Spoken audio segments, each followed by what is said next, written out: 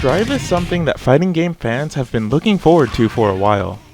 This next entry in the Guilty Gear franchise has really lit up the scene across all types of players. Let's take a look at why. Guilty Gear Strive's presentation is top-notch to be sure.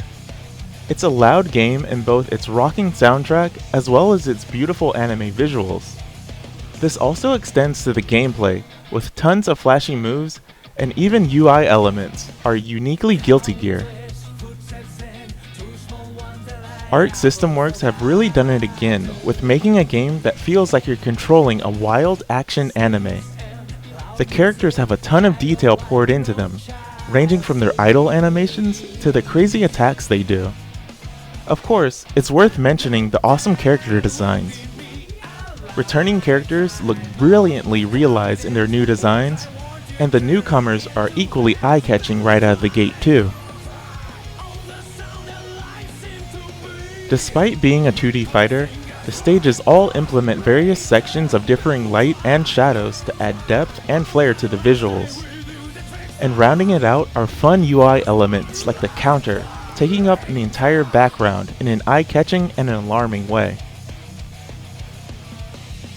I will say, the fighting is fast and furious, which means it can be easy to get lost in the visual scramble initially. But once you adjust to things, it becomes second nature to see through all the chaos in its beautiful animated glory.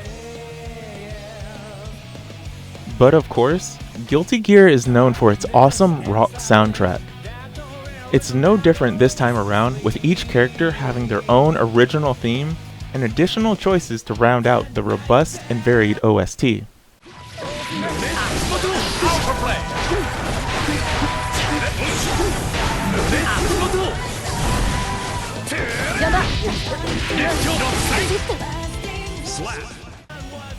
What is a bit different this time around is that most tracks are vocalized, which means it may be hit or miss depending on your taste. You can even unlock classic tracks from previous games too, which is an amazing addition. The game also has both Japanese and English voice acting, both of which are well done, but there are a few line reads that seems like they could have been better. Needless to say, the presentation here is great.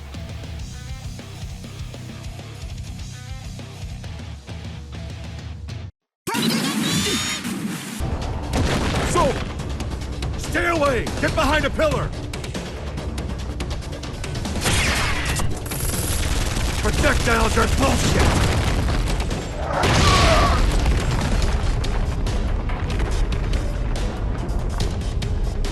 Are you alright? Well, I'm not about to tell you we're gonna be fine. The story, however, might leave some with their head spinning.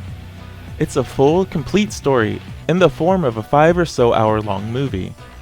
It has some pretty entertaining moments, especially near the end, but it's still simply a movie. I found a lot of scenes to be fairly long-winded personally, but the scenario itself was pretty entertaining. I never thought I'd see Soul Bad Guy running around with the President of the United States in an almost buddy cop style movie, but here we are. There are some awkward animations thanks to many being reworked assets from the main gameplay, but overall, it's a welcome treat. Fair warning though, the lore of Guilty Gear runs deep and there are a million things to understand on the side to get the absolute most out of this tale. Even without that info, I was able to understand most of the key points of the narrative, so I can't hate on it too much. Also, there is a glossary of info that can be viewed, which covers a lot of the lore in the game, as well as character details.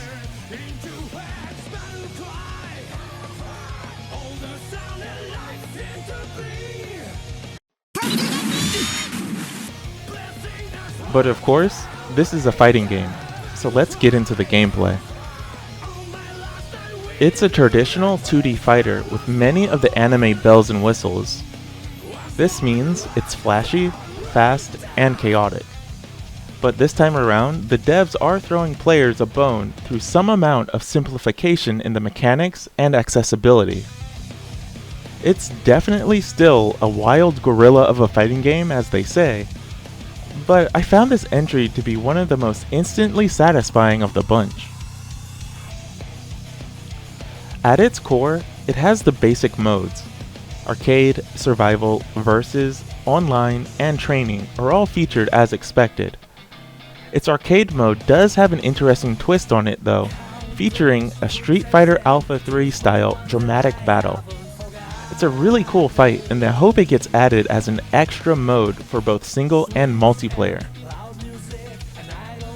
There are a few extra modes such as the gallery and replay theater. You can unlock different avatar items for your online avatar, as well as watch replays of previous matches, or you can even see matches of players you've never met. Something I really liked about this game is the mission mode. It takes you from step 1 to more involved techniques, and even character-specific strategies. It's detailed and worth taking a look at to get a better idea of the basic mechanics of combat and beyond. Another reason I like it is that it requires players to complete them 3 out of 5 times to be considered a passing grade. It really wants the player to have a grasp of the concept in question. Some can be tricky, but thankfully, some of them come with video examples, and others let you choose characters of your choice to understand how your favorite character does the technique in question. It won't make you a pro player, and the latter concepts are extremely specific beyond what a casual player would need to know, but it's a welcome addition given that this is a mechanically dense game once you get into the minutia of it all. The piece-by-piece approach really helped me figure out the concepts in the first few days of the game. I also like the lack of character-specific combo trials. It always seems like people get locked in a certain mindset of a character from day one thanks to these. Without them, it really feels like the game is pushing for self-expression through play. My Angie plays nothing like a higher level one that I've seen, but I'm still able to enjoy myself and try a variety of different things without feeling like I'm doing something wrong. It's a feeling I love in this game. Personally, I feel like this game is in a great starting place, and I fully expect it to become a monster of a game later down the line. The barrier of entry for beginners feels low, and it's full of fun, while also having more than enough room for higher level play. In just a pick up and play sense, I feel like Strive has a lot going for it. It's not overly difficult to pick up a controller and see something cool happen for both beginners and fighting game veterans. Strive really feels like it's something that beginners can enjoy, but there's also a lot of overhead for high level play, and especially for pro player discovery. It's something I'm really looking forward to seeing tournaments for, and seeing what crazy techniques people discovered on their own. I should mention that this game doesn't have the more simplified controls that things like Dragon Ball FighterZ and Grand Blue Fantasy have as options. You won't be able to press jab jab jab and see a full combo. That said, I didn't feel like anything in this game was too particularly difficult to do. With a little bit of gameplay time and some practice, you'll be able to do the really big combos as well, I'm sure. Another aspect I'll praise is the absolutely awesome quality of the online play. It's definitely one of the best feeling online systems around for a fighter. And there has been some contention against the avatar-based lobby system, but personally, it didn't bother me in particular. It is a bit of an extra hoop to jump through for finding matches, but once again, it didn't bother me that much. Online options are as expected. There's ranked, casual matches, and even player rooms. Ranked has you join a lobby, and where every time you beat a player, your rank improves through a point system. Casual matches are called parks. You can go into a park, and you'll be able to play matches against anyone of any rank. And lastly, player matches are where a player can make a lobby and have anyone join, or set it up so only certain people can join through invites.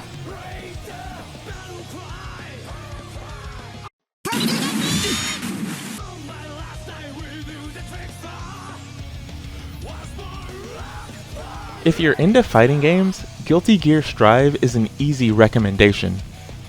I feel like both beginners and veterans will have a ton of fun with this entry. It's an audio and video feast for the senses, with its beautiful graphics and rockin' soundtrack. While the story mode might leave you a little exhausted if you one-shot it, the adventure's main points are pretty neat, and most of the silly anime things are pretty fun. The combat is smooth and rewarding to play. While it might have its detractors in the more hardcore side of things, I personally think this is one of the most amazing sweet spots for a fighting game in a long time. Tie this all together with one of the most solid online experiences to date, and Strive is the full package. I have a lot of praise for it, obviously. If you're on the fence and you're not sure which fighting game to try, this one's pretty high on my list of games to recommend. It has a lot of room to master, but it also has more than enough initial value to hook a new to fighting game player who just wants to have fun and see some entertaining fighting game experiences. Also, here's hoping that tag mode gets added to the game at some point. It was a really neat way to end arcade mode.